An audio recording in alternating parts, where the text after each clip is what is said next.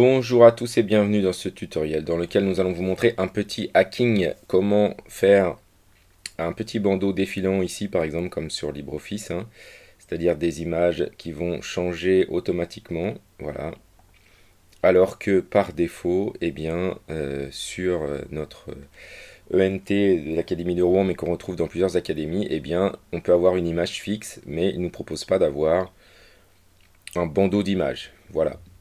Si on va sur la partie rond là, et bien ici on n'a pas le bandeau, hein, puisqu'on n'est pas obligé du coup de mettre un bandeau. Voici un petit peu du coup l'exemple qu'il y a sur mon collège, avec du coup un bandeau ici qui change et qui se modifie et qui permet de faire passer des infos un peu comme un panneau d'affichage, d'accord. Là où on a mis un petit peu de temps à trouver, c'est que il nous fallait quelque chose avec les bonnes tailles, donc ça va vous faire gagner un petit peu de temps au niveau de la technique pour faire tout ça.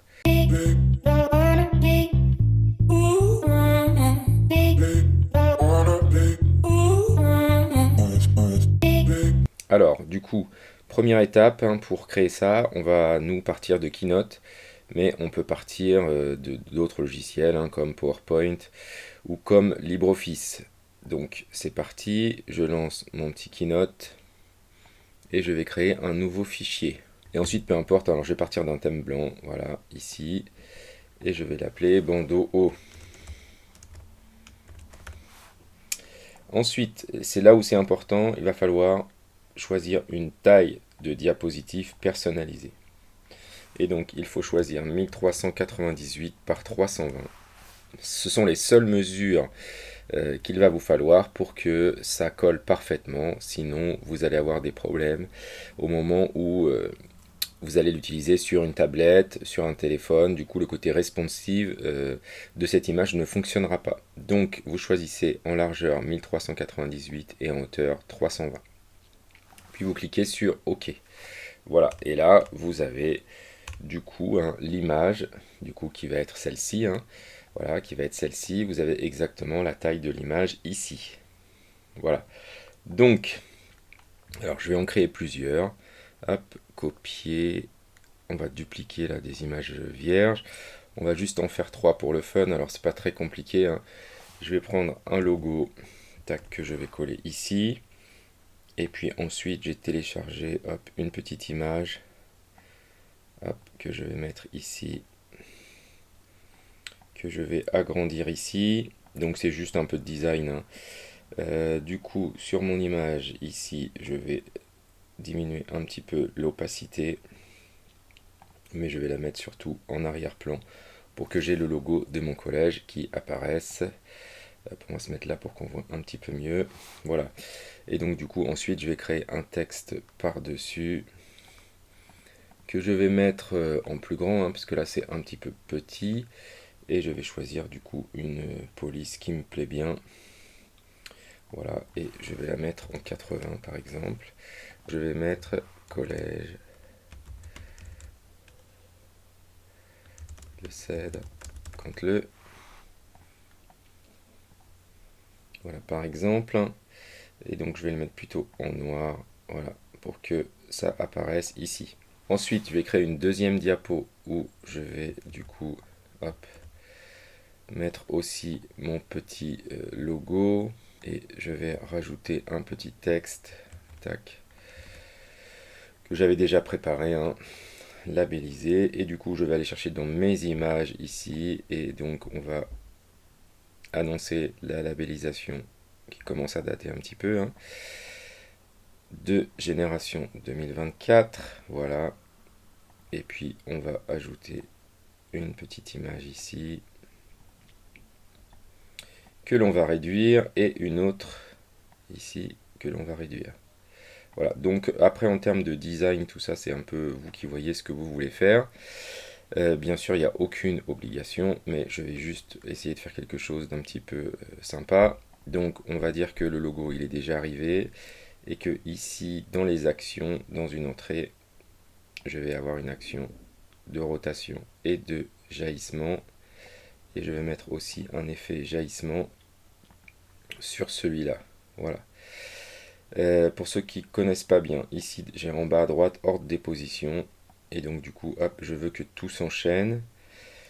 Donc là, quand je suis sur labellisé et quand je suis sur label génération 2024, donc je voudrais que ça se mette en même temps que la composition 2. C'est-à-dire que les deux vont entrer en même temps.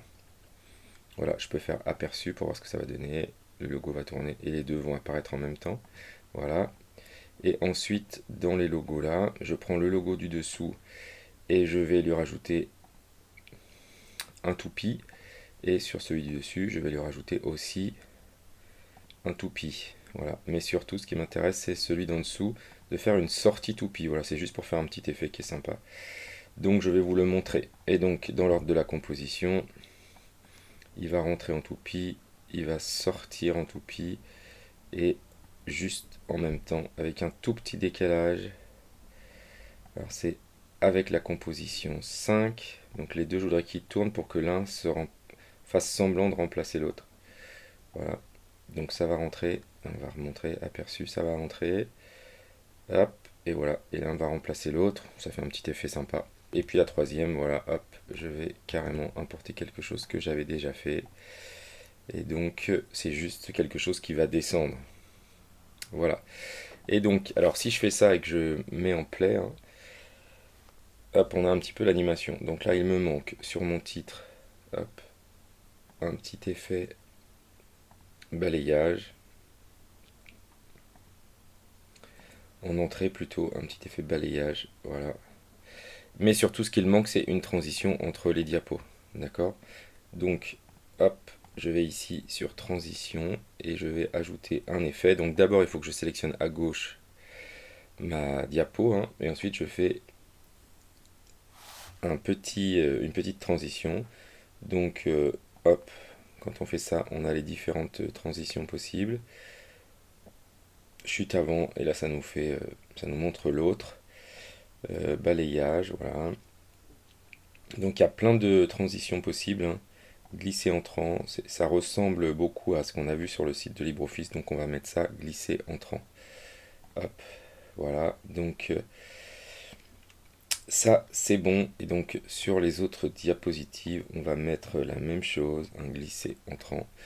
Mais on met rien sur la dernière. Donc si on lance, ça va nous donner ça. On va le lancer dès le début, ce sera mieux. Hop, voilà. Un petit glisser.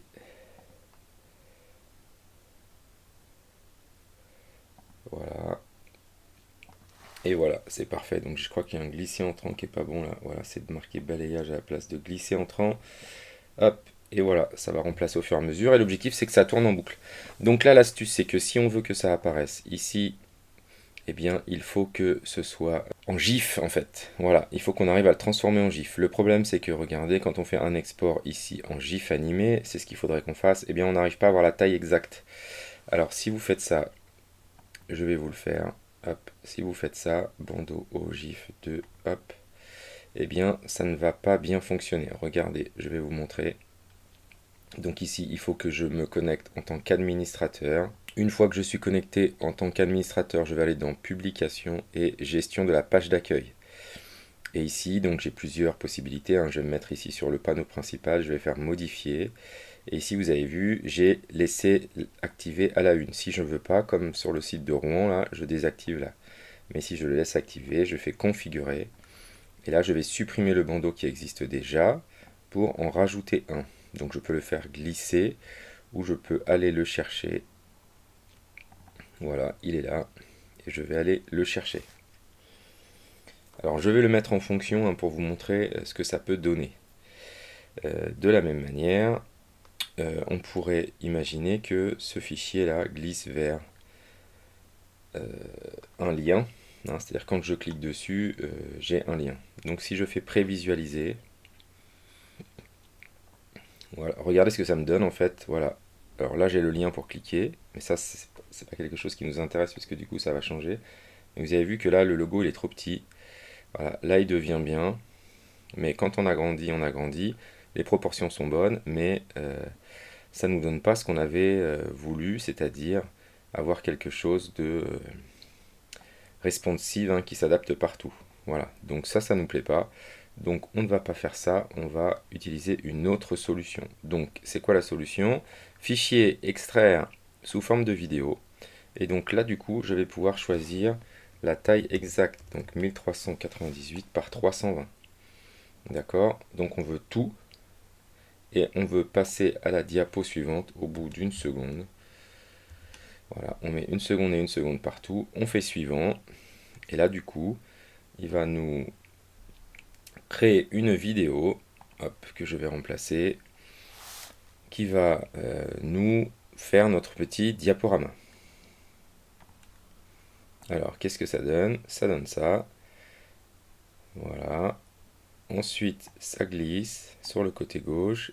J'ai mon animation génération 2024.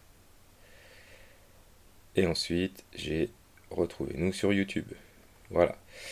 Et après, comme ce sera un GIF, du coup, ça va tourner en boucle. Voilà. Sauf que pour l'instant, c'est pas un GIF. Il va falloir qu'on passe par un autre site tiers pour transformer notre vidéo en GIF. Donc, vidéo en GIF. Donc, le site qu'on va utiliser, hein, puisqu'il n'y a pas de données du tout confidentielles, c'est online-convert.com. Voilà. Et donc ici, on va choisir notre fichier. Donc c'est bandeau O M4V. Voilà. Et donc je vais lui dire de bien me le mettre en 1398 par 320. Ça c'est très important et je fais démarrer la conversion. Ensuite, petit temps de conversion du logiciel. Ensuite, vous cliquez sur le bouton vert télécharger et vous enregistrez le fichier dans vos documents. Voilà, ici je vais le remplacer. Ensuite, on vérifie qu'il est bien à la bonne taille, 1398 par 320 pixels. C'est ça vraiment le point le plus important. Il ne me reste plus qu'à aller sur ma page. Je fais modifier et configurer.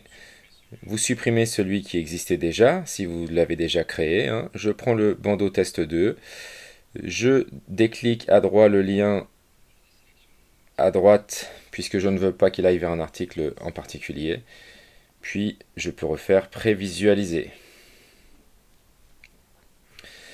Et là, j'ai bien mon bandeau haut, qui est parfaitement ajusté à la taille de mon écran, hein. Je peux le réduire ou l'augmenter au maximum.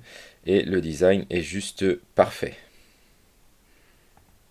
Vous savez maintenant comment faire pour créer un petit panneau pour passer des informations. Seul petit défaut, hein, on vous redit, c'est qu'il n'est pas cliquable, hein, pour que l'on puisse aller en fonction des différentes images sur un article en particulier. Merci à tous d'avoir regardé cette vidéo. N'hésitez pas à mettre un petit pouce bleu, à vous abonner, activer la cloche pour suivre l'actualité de Test Matos. À bientôt.